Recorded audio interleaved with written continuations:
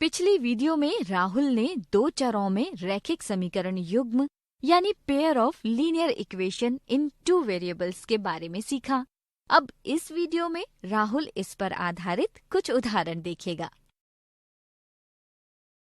राहुल अपने पिता की आयु और अपनी आयु को लेकर रैखिक समीकरण बनाना चाहता है।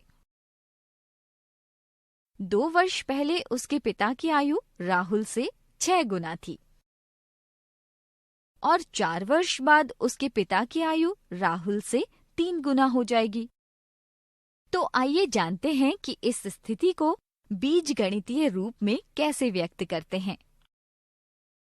माना कि राहुल की वर्तमान आयु है x तथा उसके पिता की वर्तमान आयु है y। यदि राहुल की वर्तमान आयु x है तो 2 वर्ष पहले राहुल की आयु क्या थी? 2 वर्ष पहले दोनों की आयु 2 वर्ष कम यानी 2 वर्ष पहले राहुल की आयु x घटा 2 थी और उसके पिता की आयु y घटा 2 थी। 2 वर्ष पहले पिता की आयु राहुल से 6 गुना थी। इसलिए राहुल की आयु को यदि 6 से गुना कर दिया जाए तो दोनों बराबर हो जाएंगे, यानी 6 कोष्ठक में x घटा 2 बराबर है y घटा 2। 6 कोष्ठक में x घटा 2 बराबर y घटा 2 को यदि आगे हल करें तो हमें मिलेगा। इस प्रकार हमें 2 चरों वाला रैखिक समीकरण 6x घटा y बराबर 10 मिलता है। साथ ही 4 वर्ष बाद उसके पिता की आयु राहुल से केवल 3 गुना रह जाएगी। इस स्थिति में राहुल की वर्तमान से 4 वर्ष बाद आयु क्या होगी? बिल्कुल सही, 4 वर्ष बाद राहुल की आयु वर्तमान आयु से 4 वर्ष अधिक होगी, यानी x जमा 4 और पिता की आयु होगी y जमा 4। अब क्या आप इसकी मदद से 2 चरों वाली रैखिक समीकरण बना सकते हैं?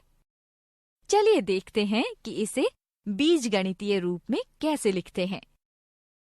कोष्ठक में x जमा 4 बराबर y जमा 4 यानी 3x जमा 12 बराबर y जमा 4। y को बाईं तरफ ले जाने पर यह हुआ 3x घटा y बराबर 4 घटा 12। 3x घटा y बराबर घटा 8। यह एक रैखिक समीकरण है। इस प्रकार हमें 2 चरों वाले 2 रैखिक समीकरणों के युग्म प्राप्त होता है।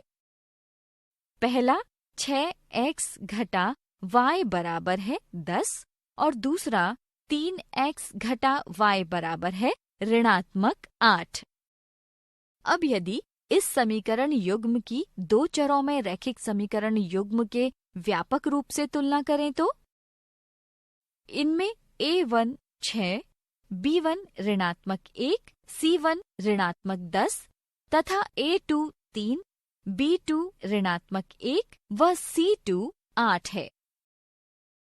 इस वीडियो में हमने 2 चरों वाले रैखिक समीकरणों के युग्म पर आधारित उदाहरण देखे। अगली वीडियो में हम देखेंगे कि इस प्रकार के प्रश्नों को हल करते समय साधारणतः क्या गलतियां हो सकती हैं।